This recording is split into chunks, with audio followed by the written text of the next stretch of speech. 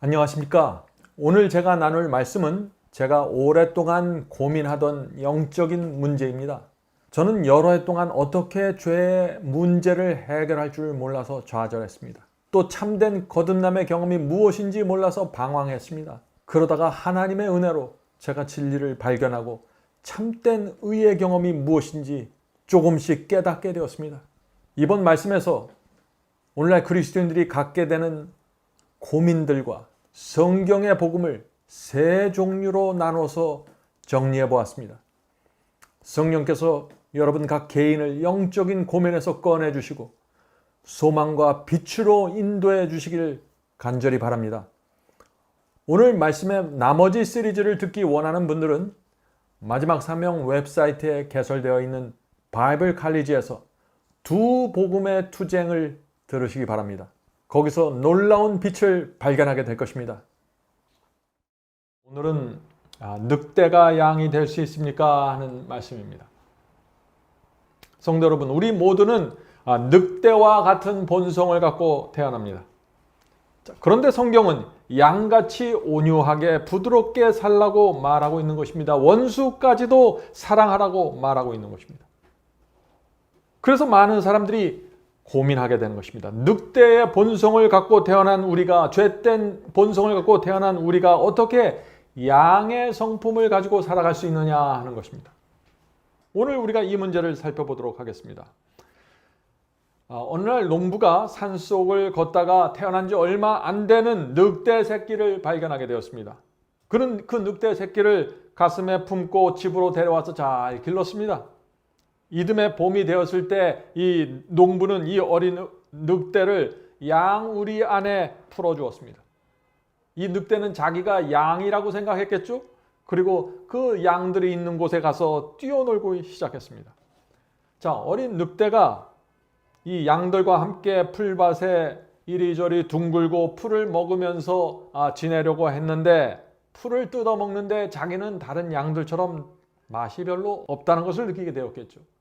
양들이 노는 것처럼 자기도 놀려고 했는데 양들의 놀이는 자기에게 지루하고 재미가 없었습니다. 늑대는 그러나 양은 반드시 이렇게 살아야 된다 하는 생각 때문에 양들을 따라다니면서 지냈습니다. 그런데 얼마 후에 늙은 양이 이 늑대 새끼를 보고 가까이 왔습니다. 그리고 너는 누구니? 라고 물어봤습니다. 그러자 이 어린 늑대가 뭐라고 대답했을까요? 나는 양입니다 라고 대답했습니다. 이 늙은 양이 놀래서 네가 양이라고? 너는 양이 아니라 늑대야 라고 말했습니다. 이 어린 늑대가 얼마나 놀랐을까요? 자기는 지금까지 자기가 양인 줄 알았는데 늑대라고 지금 말하는 것입니다. 늙은 양에게 이 어린 늑대는 이렇게 자신의 소원을 말했습니다. 나는 정말 양이 되고 싶습니다. 나는 늑대가 싫습니다. 나는 내가 할 수 있는 모든 노력을 다하여 양이 되길 원합니다. 내가 어떻게 하면 양이 될 수 있을까요? 성도 여러분, 오늘날 많은 그리스도인들이 바로 이 고민을 갖고 살고 있는 것입니다. 늑대의 본성을 갖고 태어났는데 성경은 양이 되라고 요구하고 있는 것입니다. 그래서 고민이 되는 것입니다. 오늘날 대부분의 사람들이 이 고민을 해결하려고 어떻게 합니까? 열심히 양을 따라다니고 양의 흉내를 내고 살고 있습니다. 언젠간 나도 이렇게 노력하면 언젠가는 양이 될 수 있겠지라고 희망찬 기대를 하고 살고 있는 것입니다. 성도 여러분, 정말 늑대가 열심히 노력하면 양이 될 수 있을까요? 우리가 교회 잘 다니고 헌금 잘 드리고 성가대 활동하고 고아원과 양로원 방문 열심히 하면 정말 늑대가 양이 될 수 있을까요? 저도 과거에 그런 식으로 문제를 해결하려고 했지만은 전혀 이루어지지 않았습니다. 오늘 많은 분들이 그런 식으로 문제를 해결하고 하지만 결국에는 벽에 부딪혀서 좌절하게 되는 것입니다. 양이 될 수 없다는 사실 때문에 좌절하는 것이죠. 이 늑대는 자신이 양이 아니라 늑대라는 사실을 지금 알게 되었습니다. 자, 그러면 어떻게 할까요? 양이 되기 위해서 더 철저하게 노력하겠죠. 양처럼 더 소리 내려고 노력하고 양처럼 뛰려고 열심히 애를 쓰게 됩니다. 그러면 그럴수록 자신 속에서 나오는 이 늑대의 본성을 감출 수가 없는 것입니다. 지금 다른 양들은 울타리를 보면서 그 안에서 안전과 평안을 느끼는데 늑대는 오히려 그 울타리를 보면서 답답함을 느끼는 것입니다. 무거운 것입니다. 늘 울타리 밖으로 뛰쳐나가고 싶은 것입니다. 충동을 느끼는 것입니다. 그 늑대 마음속에 있는 이 충동을 억지로 참으면서 지내는 것이 참 얼마나 어려웠을까요? 사도 바울은 바로 이런 문제를 로마서 7장에 기록해 놓은 것입니다. 로마서 7장 18절입니다. 로마서 7장 18절. 내 속 곧 내 육신에 선한 것이 거하지 아니하는 줄을 아노니 원함은 내게 있으나 선을 행하는 것은 없노라. 이것이 늑대의 고민입니다. 원하는데 안 된다는 것입니다. 그래서 로마서 7장 24절에 이런 절규가 나오는 것입니다. 오호라 나는 곤고한 사람이로다. 이 사망의 몸에서 누가 나를 건져래. 성도 여러분, 많은 그리스도인들이 선을 행하려고 하는데 안 되는 것입니다. 늑대의 본성에 가로막혀서 그것을 뛰어넘질 못하는 것입니다. 혹시 여러분 중에 이런 좌절감을 갖고 사시는 분이 있습니까? 늑대가 양을 흉내내면 언젠가는 이런 절방의 벽에 부딪혀서 좌절하게 되는 것입니다. 흉내내서 될 일이 아닙니다. 이것은 근본적인 문제의 해결이 있어야 되는 것입니다. 성도 여러분, 우리 모두 늑대의 본성을 갖고 태어났습니다. 그것은 사실입니다. 그러나 성경은 은혜를 통해서 양으로 살아갈 수 있다고 말하고 있는 것입니다. 자, 그 말씀이 디도서에 있죠? 디도서 2장 11절, 12절, 14절을 읽겠습니다. 디도서 2장 11절, 12절, 14절입니다. 모든 사람에게 구원을 주시는 하나님의 은혜가 나타나 우리를 양육하시되. 자, 하나님의 은혜가 무엇입니까? 우리를 양육하는 것입니다. 자, 하나님의 은혜가 우리를 어떻게 양육할까요? 바울은 오늘날 사람들이 생각하는 그런 은혜와는 전혀 다른 은혜를 지금 여기서 말하고 있는 것입니다. 우리를 양육하시되 경건치 않은 것과 이 세상 정욕을 다 버리고. 성도 여러분, 은혜가 무엇입니까? 은혜는 세상 정욕을 다 버리게 만드는 것입니다. 은혜는 파워입니다. 은혜는 경건하지 않는 것들을 모두 버리도록 우리를 끌어가는 것입니다. 성도 여러분, 죄를 용서하는 것만 은혜가 아닙니다. 우리를 거룩하게 양육하는 것도 은혜입니다. 그것이 바울의 복음입니다. 거짓 복음에서는 용서하는 은혜만 강조합니다. 그래서 양으로 변화되는 승리의 복음을 보지 못하게 되는 것입니다. 은혜가 우리를 어떻게 변화시킬까요? 자, 계속해서 바울이 말씀하십니다. 근신함과 의로움과 경건함으로 이 세상에 살고 그가 우리를 대신하여 자신을 주심은 모든 불법에서 우리를 구속하시고. 자, 은혜가 무엇을 하나요? 모든 불법에서, 한두 가지가 아니라 모든 불법에서 성령께서 우리 마음속에 가르쳐 주시는 모든 불법과 죄로부터 우리를 구속하신다는 것입니다. 모든 불법에서 우리를 구속하시고 우리를 깨끗하게 하사 선한 일에 열심을 내는 친백성이 되게 하려 하십니다. 성도 여러분, 은혜가 우리 마음을 지배하면 어떻게 됩니까? 우리 마음이 정결하게 됩니다. 진심으로 선한 일을 열심히 하게 되는 것입니다. 구원 받으려고 하는 것이 아니죠. 지옥 가지 않으려고 선한 일을 하는 것이 아니죠. 성도 여러분, 은혜는 우리를 이끌어가는, 양육하는 파워입니다. 능력입니다. 자, 늑대의 본성을 갖고 태어난 우리가 이런 은혜의 양육을 받을 수 있다는 것입니다. 성경은 그렇게 말하고 있는 것입니다. 자, 성경은 내 이웃을 사랑하라고 말하고, 성경은 내 원수를 사랑하라고 말하고, 계명에 순종하라고 말합니다. 성경은 거룩하게 살라고 말합니다. 성경은 우리 속에 늑대의 본성이 있는 것을 알면서도 우리에게 양처럼 살 것을 요구하고 있는 것입니다. 성도 여러분, 우리가 정말 이 늑대의 본성을 갖고 태어난 우리가 정말 양으로 살아갈 수 있을까요? 성경은 그렇다고 말하고 있는 것입니다. 성도 여러분, 제가 잠깐 짧은 시간에 이것을 말했지만 늑대로 태어난 우리가 양으로 살아갈 수 있는가라는 이 질문은 지난 기독교 2000년 역사 동안 끊임없이 사람들이 던졌던 질문인 것입니다. 그래서 우리는 성경 말씀이 무엇을 말하고 있는지 정확하게 보아야 되는 것입니다. 성도 여러분, 오늘 우리가 나누는 말씀은 거듭남에 대한 말씀입니다. 우리의 구원을 결정하는 중요한 진리입니다. 분명히 알아야 되는 것입니다. 자, 바울은 로마서에서 놀라운 말씀을 합니다. 로마서 5장 21절입니다. 죄가 사망 안에서 왕노릇한 것 같이 은혜도 또한 의로 말미암아 왕노릇하여 우리 주 예수 그리스도로 말미암아 영생에 이르게 하려 함이니라. 성도 여러분, 바울의 복음은 분명하죠. 늑대 속에서는 죄가 왕노릇합니다. 그러나 양이 되면 은혜가 왕노릇해서 영생으로 들어가게 된다는 것입니다. 이것이 진리입니다. 자, 그런데 오늘날 기독교 안에 늑대가 양이 되는 방법을 세 가지로 제시하고 있습니다. 세 가지 가르침이 공존하고 있는 것입니다. 그래서 많은 사람들이 이 세 가지 가르침 중 어느 것을 붙잡게 되는 것입니다. 자, 우리 그 세 가지 가르침을 살펴볼까요? 자, 첫 번째는 율법적인 신앙입니다. 율법적인 신앙으로 양으로 변화되려고 노력하는 것입니다. 겉모습을 열심히 바꾸면 양이 될 수 있다고 믿는 것입니다. 율법적 신앙이 뭐예요?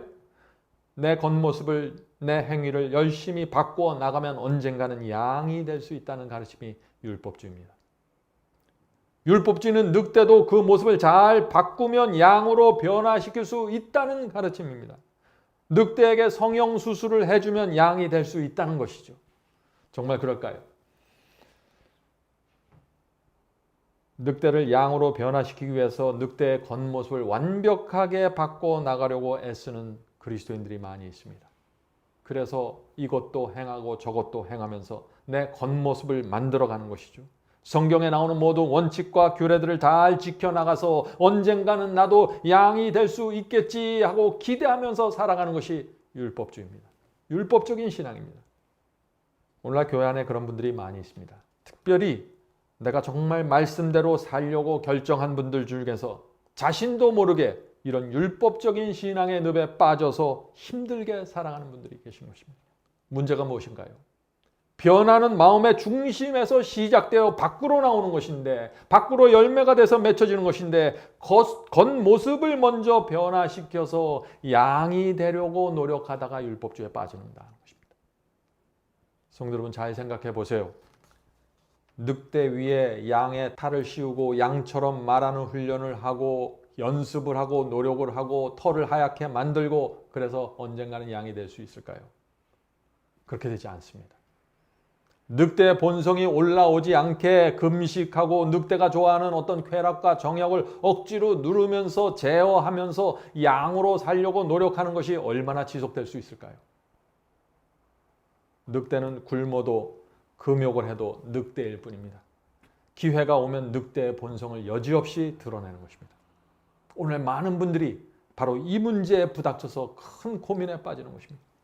성도 여러분, 자, 그렇다면 이 율법적인 신앙의 문제가 무엇입니까? 어디서부터 이 문제가 시작되는 것입니까? 그것은 겉다르고 속다른 위선자에서 바로 이 문제가 시작되는 것입니다. 마음속에는 이기심과 탐욕이 있는데 내가 구원을 바라보는 것입니다. 그래서 자꾸 내 외관을 바꿔나가는 것입니다. 마음속으로는 세상을 사랑하는데 겉모습과 행위를 경건한 양처럼 만들어가는 것입니다. 자, 그렇게 바꾸다 보면 겉모습이 어떻게 될까요? 사람들의 눈에 멋지게 보입니다. 경건하게 보입니다. 그래서 나 스스로 착각하게 되는 것입니다. 이렇게 열심히 바꾸다 보면 언젠간 양이 되어서 내가 구원에 이를 것이다 라는 희망을 갖게 되는 것이죠. 그렇게 겉모습을 다듬어 나가면은 나도 속을 뿐만 아니라 내 주변에 있는 사람들이 나를 보면서 경건하다고 또 말해주는 것입니다. 그래서 더 깊이 기만 가운데 들어가게 되는 것이죠. 성도 여러분, 바로 이것이 유대인들이 갖고 있었던 문제였고 오늘날에도 많은 성도들이 바로 이 문제에 부닥쳐서 넘어지고 있는 것입니다. 율법적 신앙으로 들어가면은요, 내 삶 전체가 종교적인 행위로 가득 차게 됩니다. 아침에 일찍 일어나서 예배드리고 참 좋은 의식들이, 좋은 행위들이, 좋은 의식들이 내 생애를 채우게 됩니다. 이것도 순종하고 저것도 순종하고 다른 사람들보다 훨씬 더 많이 순종하게 됩니다. 그러나 문제는 그 심령 속에 영혼의 평안과 구원의 기쁨이 없다는 것입니다. 문제는 그 속에서 성령께서 계속해서 정죄하는 음성을 주신다는 것입니다. 스스로 위선자라는 자책을 자꾸 받게 되는 것입니다. 그래서 이 율법적인 신앙에 빠져 있는 분들이 혼돈하는 것입니다. 자기는 분명히 많은 행위를 하고 있는데, 많은 순종을 하고 있는데 왜 내 속에서 자꾸 성령의 정죄하는 음성이 들려올까? 그 이유를 모르는 것입니다. 그래서 바울의 이런 말씀을 볼 때마다 마음이 괴로운 것입니다. 로마서 5장 1절입니다. 로마서 5장 1절. 우리가 믿음으로 의롭다 하심을 얻었은즉 우리 주 예수 그리스도로 말미암아 하나님으로 더불어 화평을 누리죠. 자, 바울이 여기서 무엇을 말하나요? 의롭다 하심을 받으면은 하나님과 화평을 누린다고 했습니다. 그런데 이 율법적인 신앙으로 들어가면 내 힘으로 내 노력으로 열심히 애쓰고 투쟁합니다. 열심히 순종합니다. 그런데 자꾸 지치고 좌절하게 됩니다. 하나님과 화평하지 못합니다. 내 마음이. 자꾸 성령께서 나를 정죄하는 느낌을 받게 되는 것입니다. 그래서 참담한 심령을 갖고 살아가게 되는 것이죠. 그렇게 되면은 또 내 행위가 부족하다 생각해서 더 많은 행위를 또 쌓아가는 것이죠. 악순환이 이루어지는 것입니다.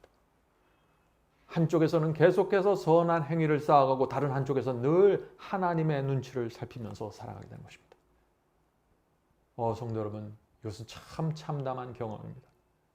열심히 노력하고 애쓰는데 마치 출구가 없는 방에 갇혀 있는 느낌을 갖게 되는 것입니다. 자, 왜 이런 문제가 생길까요? 내적인 경험이 부족한 것입니다. 성령께서 역사에서 누룩처럼 내 마음을 지배하고 장악하셔야 되는데 마음을 변화시키는 이 경험이 빠져 있는 것입니다. 이 경험이 부족한 상태에서 자꾸 외적인 행위와 순종과 선한 일을 쌓아가는 것입니다. 얼마나 힘들까요? 성도 여러분, 율법주의의 문제가 무엇입니까? 이 율법주의의 문제는 아주 세미한 관찰이 필요한 것입니다. 한 손에는 세상을 붙잡고 있는데 다른 한 손에는 말씀에 순종하려고 애쓰는 노력이 붙잡고 있는 것입니다. 율법주의의 문제는 하나님의 말씀을 잘 지키려고 애쓰는 그것이 아닙니다. 잘 지키려고 애쓰는 그 자체는 좋은데 그 심령이 문제입니다. 그 심령이 자기를 높이고 있습니다. 심령 속에 세속이 스며들어 있습니다. 그래서 문제가 되는 것입니다. 성도 여러분, 이 세상에 대한 미련을 버리고 하늘만 바라보고 가셔야 됩니다.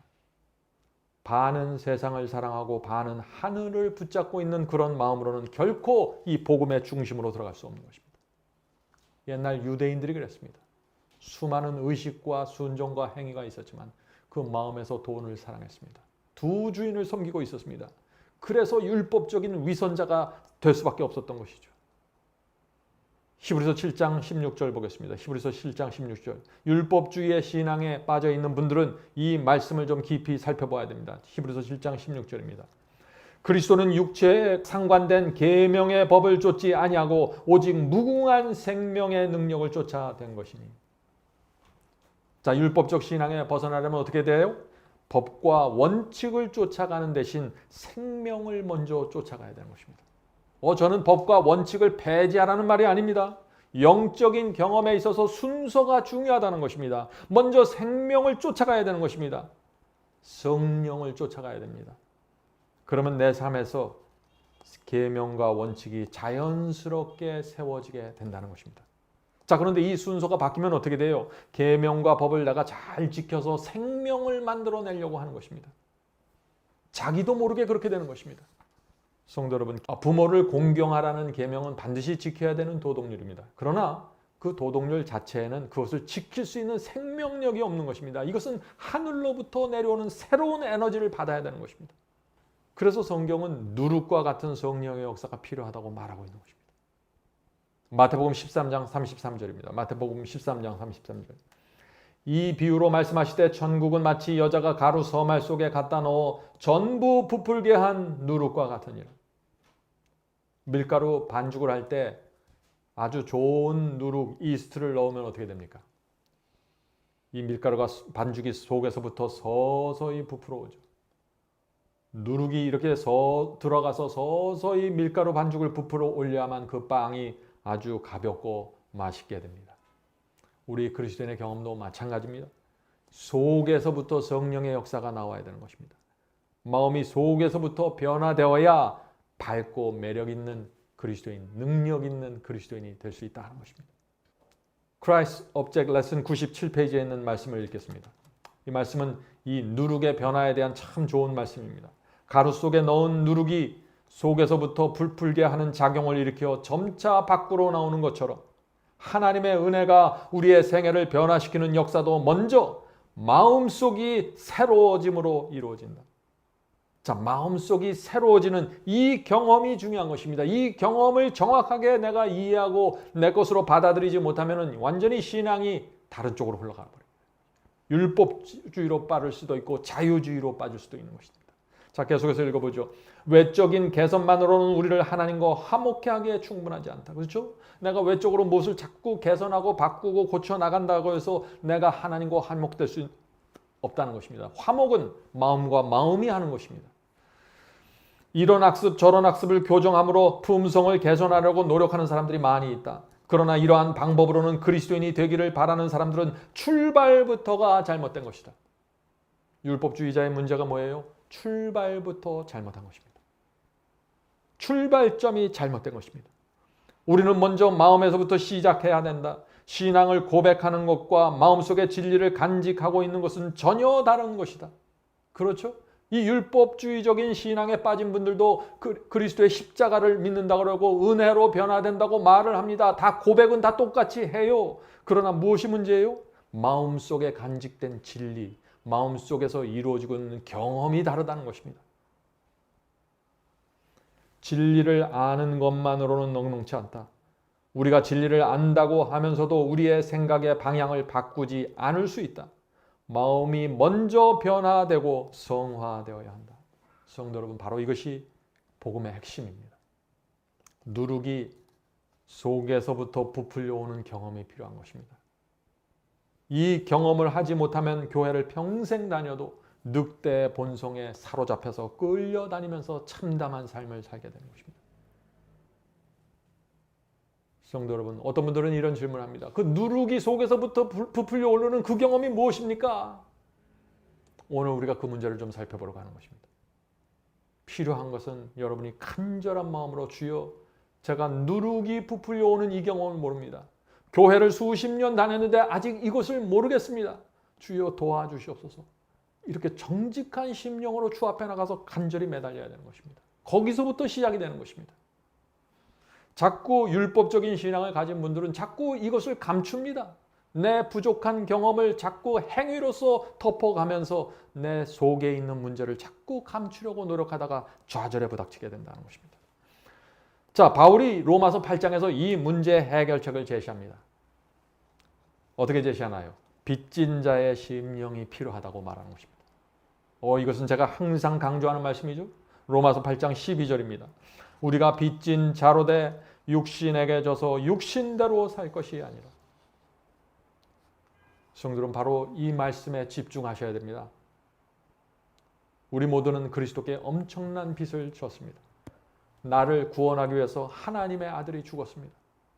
초대교회는 이 복음 하나로 세상을 뒤집어 놓았습니다.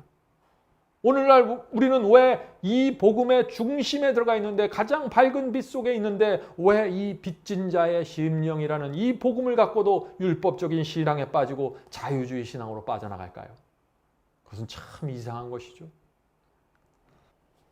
이제 금욕주의나 허망한 율법주의 다 내려놓고 하나님께 나가 빚진 자가 되셔야 합니다. 거기서부터 희망이 시작되는 것입니다. 참된 복음은 거기서부터 시작되는 것입니다. 두 번째는 오늘날 기독교에서 가장 인기 있는 복음입니다. 그것은 거짓 복음입니다. 그것은 값싼 은혜의 복음입니다. 그것은 늑대로 살아도 하나님께서 양으로 여겨주신다는 복음입니다. 늑대로 살아도 하나님께서 양으로 여겨주신다는 복음입니다. 얼마나 멋지게 들립니까? 오늘날 거짓 복음을 받아들인 사람들은 그래서 이렇게 말합니다. 우리는 태어날 때부터 늑대의 본성을 갖고 태어났기 때문에 늑대처럼 살 수밖에 없습니다. 늑대는 본성 자체가 죄덩어리이기 때문에 죄를 이길 수가 없는 것입니다. 그러므로 우리는 은혜로만 구원받을 수 있는 것입니다. 우리의 모습 그대로 주께서 구원해 주십니다. 주님을 믿는 한 결코 구원을 잃어버릴 수 없습니다. 늑대임에도 불구하고 구원해 주시기 때문에 그것을 은혜라고 부르는 것입니다. 성도 여러분, 오늘 많은 분들이, 정말 많은 분들이 이 복음을 붙잡고 살아가고 있습니다. 그런데 여러분 아십니까? 지금 제가 읽은 이 말처럼 주님의 마음을 아프게 하는 말은 없는 것입니다. 주께서는 우리의 죄 때문에 십자가에서 처참하게 달려서 돌아가셨는데, 죄 때문에 지옥의 저주와 고통을 당하셨는데, 나는 죄를 붙잡고 있어도 은혜로 구원을 받을 수 있다고 말하니 이게 웬 말입니까? 성경의 진리를 보셔야 됩니다. 성경은 분명합니다. 이 면에 있어서. 고린도후서 2장 14절입니다. 항상 우리를 그리스도 안에서 이기게 하시고, 분명하죠? 성경은 승리를 약속하고 있는 것입니다. 항상 우리를 그리스도 안에서 이기게 하시고 우리로 말미암아 각 처에서 그리스도를 아는 냄새를 나타내시는 하나님께 감사하노라. 얼마나 분명한 말씀입니까? 늑대 본성에서 악한 욕망이 올라올지라도 그리스도 안에서 승리가 있다는 것을 지금 바울이 말하고 있는 것입니다. 그리스도를 아는 냄새를 어떤 상황 속에서도 풍겨낼 수 있다고 지금 말하고 있는 것입니다. 그래서 하나님께 감사하다는 것입니다. 거짓 복음은 바로 여기서 문제가 생기는 것입니다. 성도 여러분, 우리가 복음을 말할 때, 복음을 찾을 때, 복음을 구별할 때 우리는 누구의 복음을 들어야 될까요? 그것은 초대교회에서 오순절 성령을 받았던 그 제자들과 그때의 성도들이 어떤 복음을 믿고 전파했는지 그것을 보아야 되는 것입니다. 어떤 교파의 복음, 어떤 교파의 교리가 아닙니다. 오순절 성령으로 충만했던 그들의 복음과 그들의 경험을 우리의 목표로 놓고 바라봐야 되는 것입니다. 그러면은 미혹당하지 않습니다. 성도 여러분, 하나님의 복음을 내 수준, 내 경험에 맞춰서 끌어내려고 하지 마십시오. 굉장히 위험한 것입니다. 그런 정신을 가지고 있으면 거짓 복음에서 빠져나올 수가 없는 것입니다. 하나님의 말씀 그대로 보시고 따라가셔야 됩니다. 그래야만 그 속에서 희망이 있고 소망이 있고 성령께서 역사하시는 것입니다. 진리의 영이 역사해야 되는 것입니다. 거짓 복음은 이렇게 말합니다. 늑대의 본성에 붙잡혀서 살 수밖에 없다. 양으로 변화되는 것이 아니라 양으로 인정받는 것이다. 그래서 칭의를 이렇게 설명하게 되는 것입니다. 예수님을 믿으면 예수께서 늑대인 우리를 양으로 의롭다고 인정해 주십니다. 세상을 사랑하고 내가 죄를 붙잡고 있어도 그리스도의 의가 나를 덮어주십니다. 이것이 칭의이고 은혜로 구원받는 복음입니다. 성도 여러분, 여러분은 이제 거짓 복음의 문제가 무엇인지 보이십니까? 바울은 칭의를 전혀 다르게 선포합니다. 자, 바울이 말하는 칭의를 보시죠. 로마서 6장 6절과 7절입니다. 로마서 6장 6절과 7절. 우리가 알거니와 우리 옛사람이 예수와 함께 십자가에 못 박힌 것은 죄의 몸이 멸하여 다시는 우리가 죄에게 종노릇하지 아니하려 함이니 이는 죽은 자가 죄에서 벗어나 의롭다 하심을 얻었습니다. 얼마나 분명합니까? 칭의, 이 의롭다 하심을 어떻게 얻는다고 했습니까? 바울은 얘기합니다. 죄에서 벗어나 의롭다 하심을 얻는다고요. 다시는 우리가 죄에게 종노릇하지 않게 하려 함이니. 거짓 복음의 치명적인 문제가 여기 있습니다. 바울은 죄에서 벗어나야 의롭다 하심을 받는다고 했는데 거짓 복음은 어떻게 말합니까? 죄를 붙잡고 있으면서 의롭다 하심을 여전히 받을 수 있다고 말하는 것입니다. 성도 여러분, 오늘날 교회 안에서 인기 있는 이 거짓 복음의 문제가 무엇인지 보이십니까? 십자가 아래서 거듭날 때 생기는 심령의 변화를 놓친 것입니다. 십자가는 단순히 죄를 용서해주는 어떤 대가와 어떤 보증 수표가 아닙니다. 그거 이상입니다. 십자가는 우리의 마음을 변화시켜줍니다. 내 죄 때문에 하나님의 아들이 죽었는데 내 심령 속에 아무것도 생기지 않는다고요? 그럴 수가 있나요? 우리는 실제적인 경험을 좀 생각해 봐야 되는 것입니다. 자, Selected Message Volume 1 489페이지입니다. 그리스도를 바라봄으로 그대들은 변화하게 될 것이며 그대들이 전에 품고 있던 교만심, 허영심, 자존심, 스스로 의롭다는 정신 및 불신을 증오하게 될 것이다.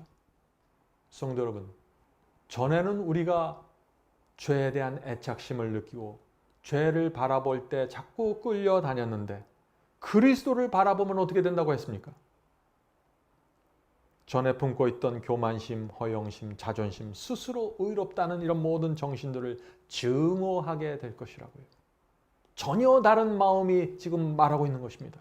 새 마음을 말하고 있는 것입니다. 성도 여러분, 속으로 교만하고 미워하고 있는데 억지로 참는 것이 아니에요. 안 그런 척 하는 것이 아닙니다. 죄를 미워하는 마음으로 지금 대하는 것입니다. 죄에 대해서 진절머리가 나는 마음입니다. 그것이 새 마음입니다. 그리스도 안에서 그 마음을 받을 수 있다고 지금 말하고 있는 것입니다. 따라서 그대들은 이러한 죄들을 무가치한 명예처럼 버리게 될 것이며 하나님 앞에서 겸비하고 온유하며 진실하게 행할 것이다. 그대들은 사랑, 인내, 온유, 양선, 자비 및 하나님의 자녀에게 있어야 할 모든 은혜로운 일들을 행할 것이고 마침내 성화되고 거룩한 백성들과 함께 자리를 같이 하게 될 것이다. 성도 여러분, 여러분은 이 경험을 원하십니까? 사모하십니까? 우리 마음속에 간절함이 있어야 되는 것입니다. 정직한 심령으로 주 앞에 나가서 주여, 제게 이 경험이 없습니다. 제가 어떻게 하면 이 경험 속으로 들어갈 수 있을까요? 어떻게 하면 새 마음을 받을 수 있습니까? 그렇게 정직해야 됩니다. 성도 여러분, 이 새 마음이라는 것은 우리가 스스로 만들어낼 수 있는 마음이 아닙니다. 하늘로부터 역사가 이루어져야 되는 것입니다. 자, 그래서 빌립보서 2장 5절에 바울은 이렇게 얘기합니다. 빌립보서 2장 5절이죠. 너희 가운데 이 마음을 품으라. 이는 그리스도 예수의 마음이니. 많은 분들이 그 예수의 마음을 어떻게 우리가 받을 수 있습니까? 라고 질문하죠. 부모를 정말 사랑하고 존경하면은요, 그 자녀들이 부모를 닮아가게 됩니다. 나도 부모처럼 살고 싶다. 부모의 성품을 사모하게 됩니다. 마찬가지입니다. 예수님을 우리가 정말 사랑하고 그분의 생애와 십자가를 보면서 감사로 충만해지면은 나도 예수의 마음을 갖고 싶습니다. 나도 예수처럼 살고 싶습니다. 저는 부족하지만 정말 예수님의 마음 받고 싶습니다. 하나님께서 약속하신 그 예수의 마음 저도 받고 싶습니다. 이렇게 주 앞에 나가 매달리게 되는 것입니다. 그렇게 될 때 거기서부터 거듭남의 경험이 시작되고 새 마음을 받는 경험이 시작된다는 것입니다. 시작점이 분명해야 돼요. 이 시작점이 흔들리면 다 경험이 다 흩어져 버리고 마는 것입니다. 자, 여기서 한 가지 좀 우리가 짚고 넘어가야 될 것이 있습니다. 어떤 분들은 이 새 마음을 받고 예수의 마음을 받으면 거듭나면은 늑대의 본성 자체가 영원히 사라진다라고 생각하죠. 다시는 이 본성에서 올라오는 악한 욕망을 느끼지 않게 될 것입니다. 왜냐하면 새 마음을 받았으니까요. 그렇게 생각합니다. 전혀 그렇지 않습니다. 육체의 본성은 여전히 존재합니다. 거듭난 사람도 내 본성 속에서 늑대의 욕망이 올라오는 것을 느끼게 되는 것입니다. 그래서 시험을 받고 유혹을 느끼는 것입니다. 만약 늑대의 본성이 영원히 사라진다면 거듭나면 시험 자체를 안 받게 되는 것입니다. 그럴 수는 없는 것이죠. 그건 현실과 전혀 다른 이야기죠. 새 마음을 받을 때, 예수의 마음을 받을 때 늑대의 본성이 사라지는 것이 아닙니다. 육체의 본성은 여전히 존재합니다. 그러나 새 마음이 생기면, 거듭나면 늑대의 본성을 새 마음이 지배하게 되는 것입니다. 성령께서 새 마음을 지배하고 있기 때문에 그 마음이 본성에서 올라오는 욕망을 지배하는 것입니다. 성도 여러분, 제가 다시 말씀드리지만 거듭나도 유혹을 느끼고 중독을 느낍니다. 그러나 예수의 마음, 이 새 마음을 받으면 죄에 끌려다니지 않게 되는 것입니다. 자, 그렇다면 여기 질문이 있죠. 한번 거듭난 경험을 했으면은 그 예수의 마음을 잃어버릴 수 있을까요? 그렇습니다. 예수의 마음을 잊어버리고 다시 죄에 끌려다닐 수 있는 것입니다. 그래서 바울이 이런 고백을 하는 것입니다. 자, 바울이 거듭났습니까? 당연하죠. 바울이 거룩한 성도인가요? 그렇습니다. 바울은 자신의 생애를 온전히 주 앞에 드린 사도입니다. 그런데 그런 바울마저 이런 고백을 하는 것입니다. 고린도전서 9장 27절입니다. 고린도전서 9장 27절. 내가 내 몸을 저 복종하게 하면 내가 남에게 전파한 후에 자기가 도리어 버림이 당할까 두려워함이로라. 성도 여러분, 바울이 왜 이런 말씀을 했을까요? 거듭났지만 여전히 자기 속에서 복종시킬 무엇이 있다는 것입니다. 본성이 있는 것입니다. 어떤 욕망이 성경과 맞지 않는, 하나님의 뜻과 맞지 않는 어떤 욕망을 느낀다는 것입니다. 그래서 내 자신을 쳐서 복종시킨다는 것입니다. 성도 여러분, 많은 분들이 여기에 지쳐요. 몇 번 복종시키다가 안 됩니다. 어떻게 해야 됩니까? 자꾸 이런 얘기를 하는 것입니다. 성경의 사도들은 그런 기록이 없습니다. 내가 내 자신을 쳐서 복종시키고 내가 내 자신을 부인하고 십자가를 따라가는데 내가 자꾸 지칩니다. 이런 얘기를 안 해요. 왜 그럴까요? 그들은 하나님의 은혜를 깊이 받은 사람들입니다. 십자가의 은혜 속으로 들어가 버린 사람입니다. 빚진 자의 심령을 갖고 있습니다. 성도 여러분, 이 제자들과 사도들에게는 십자가는 진실이었습니다. 부활도 진실이었고 모든 것이 사실이었습니다. 십자가와 부활과 이 기독교 신앙 자체가 우리에게 정말 사실인가요? 정말 진짜입니까? 진짜이면 지칠 수가 없는 것이죠. 어떻게 이 엄청난 위대한 영광과 위대한 하나님을 앞에 놓고 지칠 수가 있을까요? 하나님이 나를 위해서 죽었고 나를 위해서 반드시 구원하기 위해서 나를 끌고 가시는데 어떻게 내가 감히 그 앞에서 지친다고 얘기할 수 있을까요? 왜 지칠까요?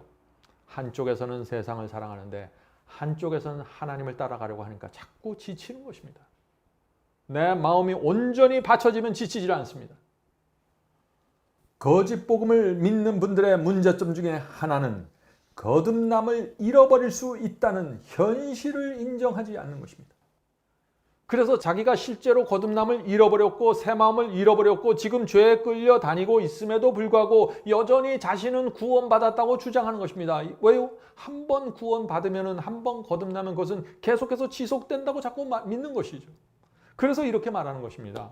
우리 모두는 늑대입니다. 비록 우리가 양은 아니지만 하나님께서 우리가 주님을 믿고 있기 때문에 양이 된 것으로 여겨주시는 것입니다. 바로 그것이 하나님의 은혜입니다. 라고 자꾸 말하는 것입니다. 정말 그럴까요? 양이 아닌데 내 속에서 지금 이 늑대 본성이 나를 지배하고 있는데 하나님께서 나를 양으로 여겨주시는 것일까요? 그것이 성경의 복음입니까? 예수님의 말씀을 들어봐야 합니다. 예수님의 말씀은 분명합니다. 마태복음 7장 16절부터 20절입니다.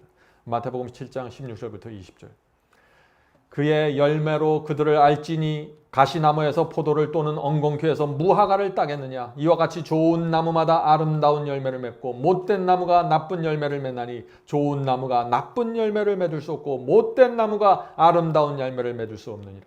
아름다운 열매를 맺지 아니하는 나무마다 찍혀서 불에 던지우니라. 그러므로 그의 열매로 그들을 알리라. 얼마나 분명한 말씀입니까? 여기 어디 오해의 소지가 전혀 없는 말씀이죠.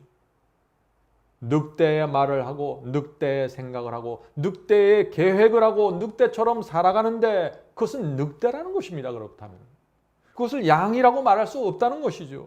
좋은 나무가 아니라 나쁜 나무라는 것입니다. 아름다운 열매가 아니라 나쁜 열매라는 것입니다. 성도 여러분, 이런 말씀을 우리가 대할 때 물론 두렵습니다.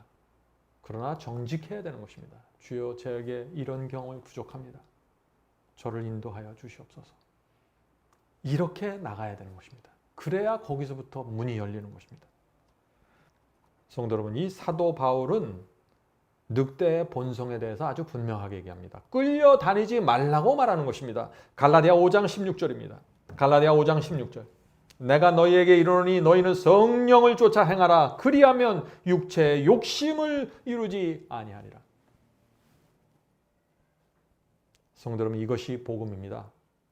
많은 분들이 어떻게 육체의 욕심을 따라가지 않을 수 있습니까? 나는 안 됩니다. 어떤 땐 됐다가 안 됩니다. 자꾸 그런 얘기를 합니다. 왜 그럴까요? 여러분의 생애 전체를 주 앞에 드리지 않았습니다. 정직하게 생각해 보세요. 내 속에서 무엇을 붙잡고 있는지. 성도 여러분, 베드로는 늑대로 살아가는 이 악인들에게 반드시 형벌이 내려진다고 경고하고 있는 것입니다. 베드로후서 2장 4절부터 10절입니다. 하나님이 범죄한 천사들을 용서치 아니하시고 오직 의를 전파하는 노아와 그 7 식구를 보존하시고 경건치 아니하는 자들의 세상에 홍수를 내리셨으며 소돔과 고모라 성을 멸하기로 정하사 재가 되게 하사. 무슨 뜻인가요? 늑대의 본성에 끌려다녔던 그 당시의 악인들에게 하나님께서 심판하셨다는 것입니다. 많은 분들이 이런 얘기를 하면 그럼 구약시대 아닙니까? 신약시대는 은혜로 다 덮어주는데요. 지금 베드로후서는 신약시대의 서적입니다. 신약시대의 말씀이에요. 구약시대에 그렇게 심판하셨으니까 지금도 그렇게 심판하신다는 것을 증명하는 논리입니다. 이것이. 후세에 경건치 아니할 자들에게 본을 삼으셨으며 무법한 자의 음란한 행실을 인하여 고통하는 의로운 롯을 건지셨으니 주께서 경건한 자는 시험에서 건지시고. 성도 여러분, 이것이 하나님의 약속입니다. 정말 우리가 주의 뜻대로 살고 싶고 정말 하나님을 위해서 내 생애를 드리기 원하면 하나님의 약속은 성취되는 것입니다. 새 마음을 주셔서 시험에서 건져 주신다는 것입니다. 불의한 자는 형벌 아래 두어 심판 날까지 지키시며 육체를 따라 더러운 정욕 가운데서 행하며 주관하는 일을 멸시하는 자들에게 특별히 형벌하실 줄을 아시느니라. 여기 분명히 말씀하시죠. 육체를 따라서 사는 자들, 늑대의 본성에 이끌려서 끌려다니는 자들 형벌하실 줄을 아시느니라. 성도 여러분, 두려운 말씀입니다. 그래서 우리가 하나님의 말씀 앞에 바짝 엎드려서 주여, 이 경험을, 이 복음의 경험이 제가 필요합니다. 도와주시옵소서. 이렇게 접근해야 된다는 것입니다. 이렇게 분명한 말씀이 있는데도 오늘 많은 분들이 늑대로 태어났기 때문에 늑대처럼 살아도 구원받을 수 있는 것이 아닙니까? 라는 질문을 계속해서 던지는 것입니다. 지난 2000년 동안 그 질문이 계속되어 내려오고 있는 것입니다. 성도는 참 이상하죠. 성경에 이렇게 분명한 말씀들이 있는데도 불구하고 말이죠. 자, 세 번째는 성경이 말하는 참된 복음입니다. 그것은 늑대도 양으로 변화될 수 있다는 것입니다. 성경의 복음은 늑대도 양으로 변화시킬 수 있는 복음입니다. 이것이 성경이 선포하는 놀라운 복음이죠. 아무리 잔인하고 포악한 늑대로 태어났을지라도 양으로 변화될 수 있다는 것이 성경의 복음입니다. 성도 여러분, 이것이 바로 참된 성경의 복음입니다. 성경의 복음은 지독한 구두쇠, 돈을 사랑하는 늑대 삭개오도 양으로 변화될 수 있다고 가르칩니다. 7 귀신 들렸던 장녀 막달라 마리아까지도 양으로 변화됐습니다. 예수께서는 니고데모에게 구원이 무엇인지 정확하게 설명해 주셨습니다. 한 번은 니고데모가 예수님을 찾아왔죠. 니고데모라는 이름을 가진 점잖은 늑대입니다. 점잖게 보여도 그 속에 늑대의 본성이 있습니다. 점잖은 늑대가 찾아와서 예수님을 이렇게 물어보는 것입니다. 내가 어떻게 하면 구원을 받겠습니까? 성도 여러분, 이 질문이 정직한 심령으로 하나님께 드려져야 되는 질문입니다. 주여, 제가 수십 년 동안 오랫동안 주님을 믿었는데 내가 어떻게 하면 구원을 받을 수 있겠습니까? 예수께서 이렇게 대답하십니다. 요한복음 3장 5절부터 7절입니다. 요한복음 3장 5절부터 7절. 예수께서 대답하시되 진실로 진실로 내게 이르노니 사람이 물과 성령으로 나지 아니하면 하나님의 나라에 들어갈 수 없느니라. 육으로 난 것은 육이요 성령으로 난 것은 영이니 내가 내게 거듭나야 하겠다는 말을 기여기지 말라. 이 말씀이 무슨 뜻인가요? 예수께서 니고데모에게 지금 이렇게 말씀하시는 것입니다. 니고데모야, 너는 늑대란다. 늑대의 본성을 갖고 너는 태어났어. 그러나 내가 정말 양이 되고 싶으면 물과 성령으로 거듭나야 한다. 다시 태어나야 한다. 성도 여러분, 인간의 어떤 노력으로도 늑대는 결코 양이 될 수 없습니다. 우리 모두는 그것을 잘 알죠. 아무리 겉을 뜯어고쳐 보세요. 양이 될 수 없는 것입니다. 이런 악습 저런 악습 다 뜯어고쳐 보세요. 안 되는 것입니다. 그러나 사람이 할 수 없는 일을 하나님께서는 하시는 것입니다. 하나님이니까 이것이 가능한 것입니다. 여러분들 아멘 하시겠습니까?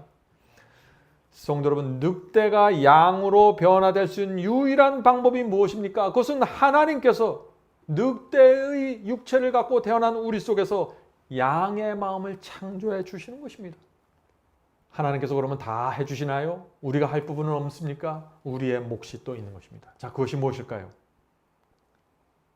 우리는 우리의 마음을 하나님께 드려야 됩니다. 굴복해야 됩니다. 주여, 제가 주 앞에 나왔습니다. 제 마음을 드립니다. 주여, 제 마음속에 새 마음을 회복시켜 주시옵소서. 창조해 주시옵소서. 내 생애를 주님께 드리기 원합니다. 받아주시옵소서. 그것만이 유일한 희망이라는 것을 제가 압니다. 이제는 하나님께서 해주셔야 제가 이런 참담한 형편에서 제가 벗어날 수 있습니다. 우리가 이렇게 하나님 앞에 나가면은 거기서부터 하나님께서 움직이십니다.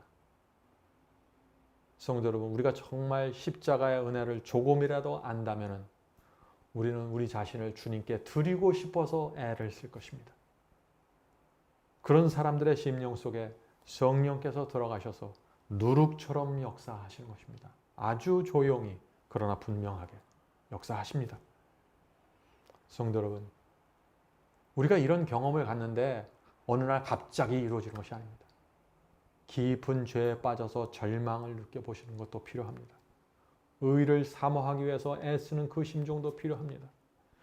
하나님께서 우리의 생애를 통해서 이런 경험 저런 쓴맛을 보게 하시면서 복음으로 가게 하는 것입니다. 이제 오늘 말씀의 결론으로 들어가겠습니다.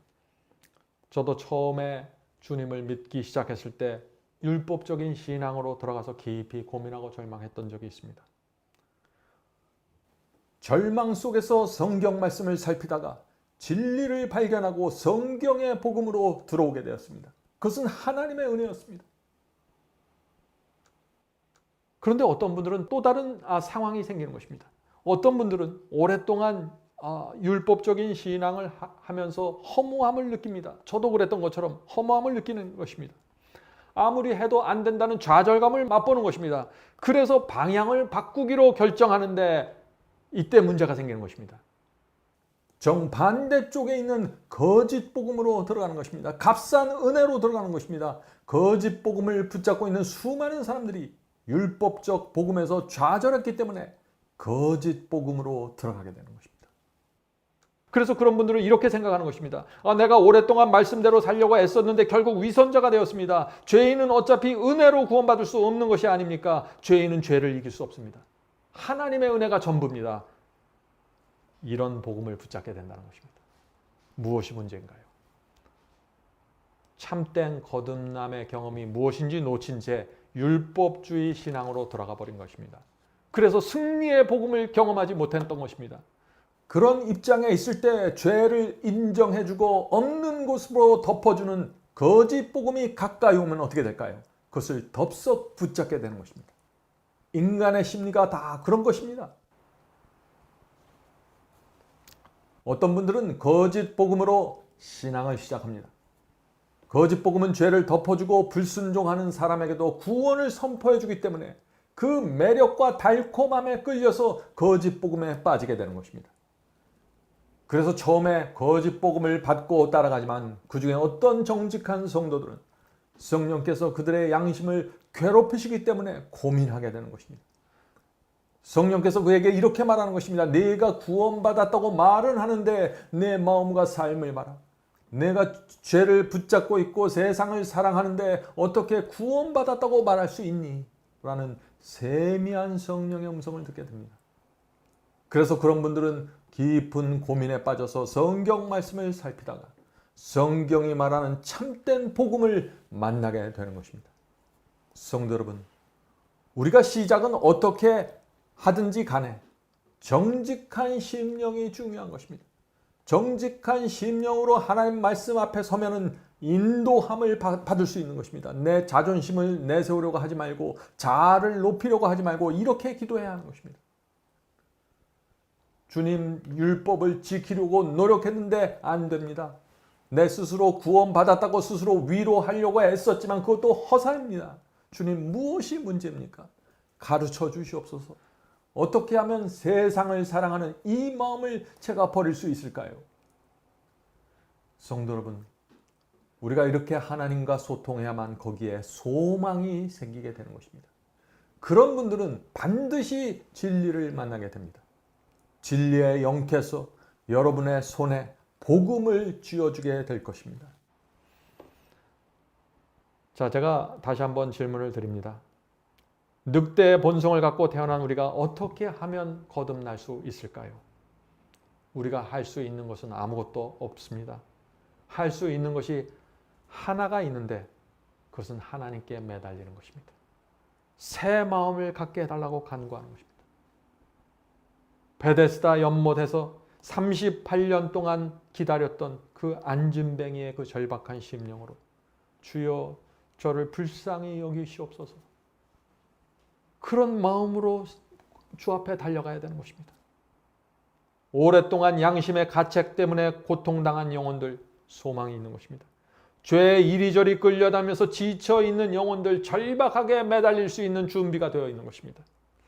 성도 여러분, 예수님의 옷자락을 만졌던 혈루병 여인처럼 구세주를 향해서 간절한 심령으로 손을 뻗을 수 있는 영혼들이 있는 것입니다. 그들에게 소망이 있는 것입니다. 인간적으로 이것저것 다 해봤습니다. 이런 노력 저런 투족 다 해봤습니다. 그런데 모두 실패했습니다. 그런 성도들은 어떻게 될까요? 다 내려놓고 모든 것을 버리고 주여 살려주시옵소서. 제가 이제 주 앞에 갑니다.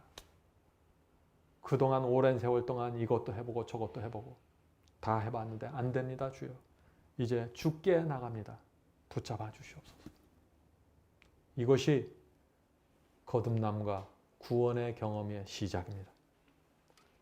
성령께서 우리의 심령을 여기까지 이끌어 주시면은 늑대가 양으로 변화되는 그 하나님의 창조의 역사가 시작되는 것입니다. 죄책감과 세속에 지친 우리의 마음을 성령께서 오셔서 만져주시고 위로해 주실 것입니다. 그런 역사가 일어날 때 죄책감이 사라지고 오랫동안 주님을 믿었는데 한 번도 해보지 못했던 회개의 경험을 하게 되는 것입니다.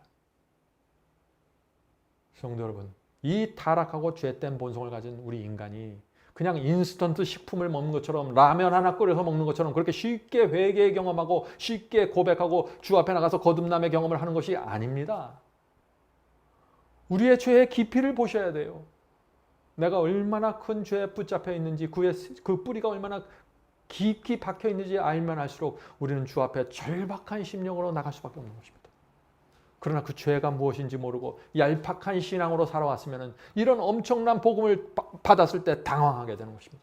자기가 누군지를 모르는 것이죠. 이래서 우리가 회개를 하게 되면 진심으로 진리를 사모하게 되는 것입니다.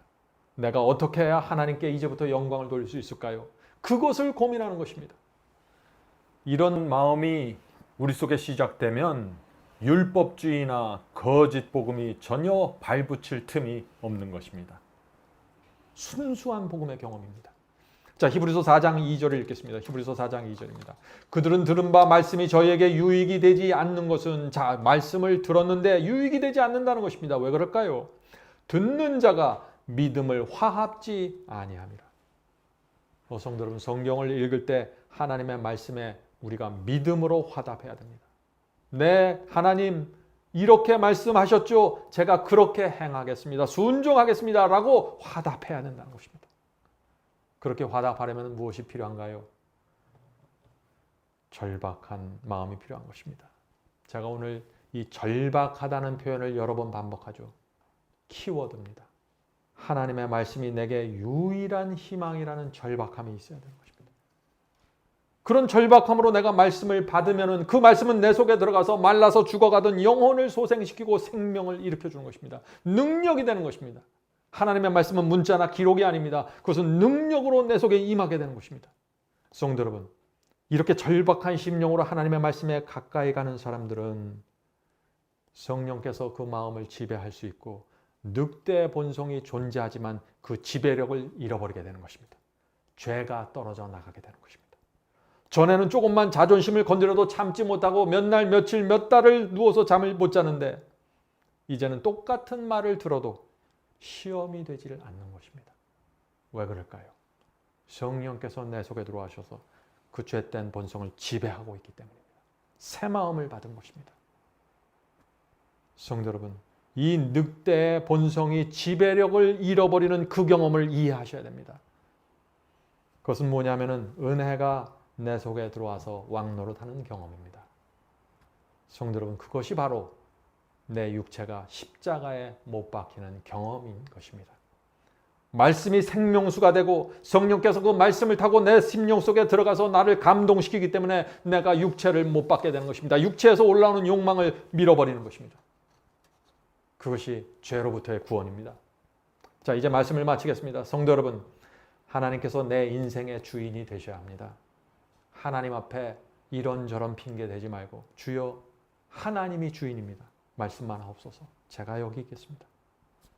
이렇게 될 때 놀라운 일들이 우리 인생 속에서 시작되는 것입니다. 성경에 나오는 믿음의 조상들의 이야기가 나의 이야기가 되는 것입니다. 아브라함과 야곱이 왜 그렇게 살았고 왜 그런 결정을 했으며 왜 그런 신앙을 가졌는지 내가 이해할 수 있게 되는 것입니다. 예수님의 발을 자신의 머리카락으로 씻겼던 그 막달라 마리아의 마음이 이해가 되는 것입니다. 성경에 나오는 그 영적인 경험이 이해가 되면서 나와 동질감을 느끼게 되는 것입니다. 왜 그럴까요? 왜냐하면 내 속에도 그들이 가졌던 그 마음이 생겨버렸기 때문이죠. 그래서 삭개오의 회개가 내게 당연한 것으로 느껴지게 되는 것입니다. 하나님을 위해서 애굽 왕의 자리를 포기했던 그 모세의 마음이 내 마음이 되고 나도 그런 결정을 하면서 주님을 섬기고 싶다 하는 소원이 생기는 것입니다. 성도 여러분, 이것이 늑대가 양으로 변화할 때 생기는 하늘의 역사입니다. 이것을 어떻게 말로 표현할 수 있을까요? 오늘 제가 최선을 다해서 이것을 말로 표현했지만 이것은 여러분의 경험으로 이해해야 될 부분입니다. 이런 변화들이 우리 속에 생기면 하나님은 내게 있어서 모든 것이 되는 것입니다. 그래서 우리의 마음은 행복과 기쁨과 감사로 채워지는 것입니다. 희생과 봉사가 자연스러운 열매가 되는 것이죠. 고난이 올 때 시련 속에서 고민하지만 결국 내 마음을 드리고 충성의 길을 가게 되는 것입니다. 성령께서 우리의 마음의 눈을 열어주셔서 참된 복음의 경험을 이해케 해주시기를 간절히 바랍니다. 하늘에 계신 저희들의 아버지, 하나님의 은혜가 저에게 실제가 될 수 있도록 도와주시옵소서. 하나님의 십자가가 저에게 현실이 되게 인도해 주시옵소서. 더 이상 하나님 앞에서 감추지 않게 하시고 핑계대지 않게 하시고 숨기지 않게 도와주시옵소서. 성령께서 저의 마음속에 역사하셔서 무엇이 우리의 문제인지 보여주시옵소서. 저희는 오랫동안 저희의 죄와 저희의 문제를 감추고 숨기는 기술을 익혀왔습니다. 이제 더 이상 그렇게 되지 않도록 주여 성령께서 저희를 지켜주시고 보여주시옵소서. 주께서 보여주셔야 저희가 깨달을 수 있습니다. 하늘에 계신 아버지, 이 시간에 저희가 저희의 생애를 주 앞에 드리기 원합니다. 정말 문둥병자와 같은 심령으로 병낫기를 간구하오니 저희의 이 죄의 질병에서 건져 주시옵소서. 하늘에 계신 아버지, 저희의 자아가 문제입니다. 이 자아 옆에 죄가 붙어 있습니다. 주여, 저희를 불쌍히 여겨 주시고 하나님의 능력으로 하늘의 권세로 들어오셔서 은혜의 왕국을 건설하여 주시옵소서. 저희가 간절히 원합니다. 도와주시옵소서. 예수님의 이름으로 간절히 기도드립니다. 아멘.